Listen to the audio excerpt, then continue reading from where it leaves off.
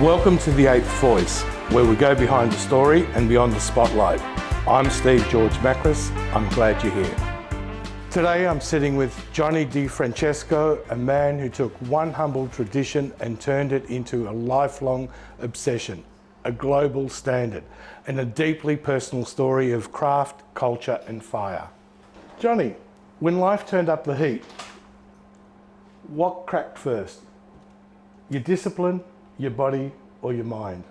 I think my mind was the first thing that I needed to keep that strong, and then after that came discipline.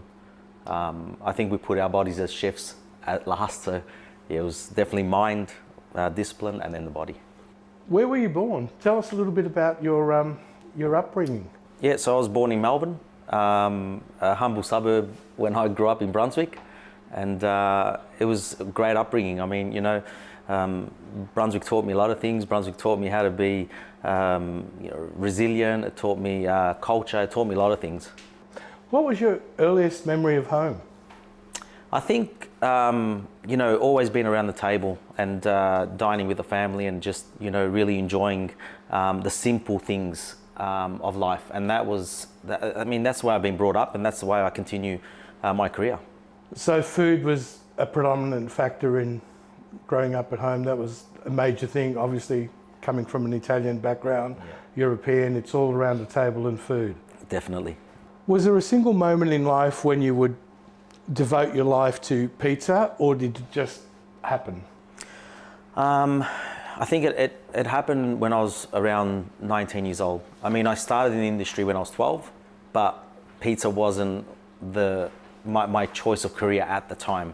So it actually came, to mind at about 19 years old when I started my first day at an engineering course, and I just packed my bags, left, and I said, that's what I want to do.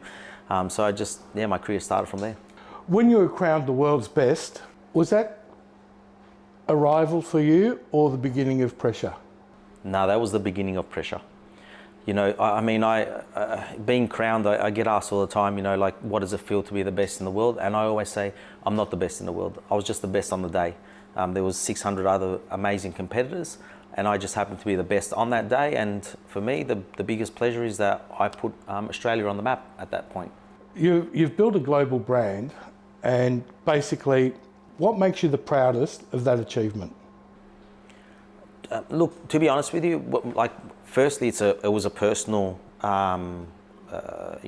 ambition, because I wanted to, make sure that I did my best. I never intended to win, but winning, I think the proudest thing was that people around the world, especially in Italy, started to realize that Australia, we do things at a high level.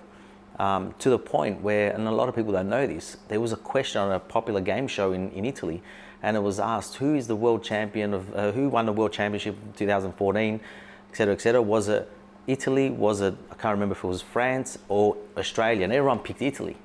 And Italy-wide, all the contestants got it wrong, and the host said Australia. And so that was like watching that, and that clip was sent to me from one of my family members. Watching that, it was like, oh my God, they've actually put this on a national game show.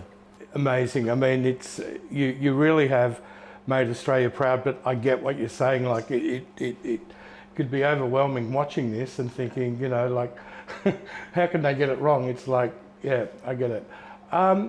So basically, you were crowned as one of the best pizza makers in the world, and you also were in the Guinness Book of World Records, which is absolutely phenomenal.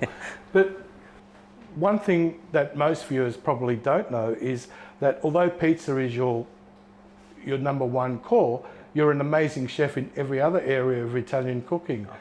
Do you want to elaborate a little bit on that, or? Yeah, look, my style of cooking is very simple. It's use really good ingredients and not many of them, and just turn it into a really good wholesome meal. And that's how we develop our menus across the Gradi group.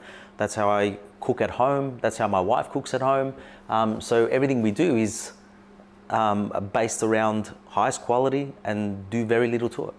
If someone was looking at following your steps, what would be one piece of advice you could offer them to motivate them? I think number one advice would be never give up on your dream. A lot of people get to a point where they feel as though they've hit roadblocks, and I can tell I've hit millions of roadblocks. And if I'd stopped on, that, 99 roadblock and not went for that extra step, then I wouldn't be where we are today. And, so mindset is very important. You have to have a lot of resilience. But on top of that, believe in yourself and cut all the noise out. I actually, really resonate with what you're saying. Like, basically, most people give up on the 11th hour, and you're saying, you know what, just don't listen to that noise outside. Back yourself, believe in yourself. Don't let anything sort of get in your way. Just keep forging forward, and then you'll have that amazing breakthrough. And you know what? This is it, mate. You've done it. And I'm just so happy to have you here with me. Thank you. Appreciate it. Thank you so much. Thank you.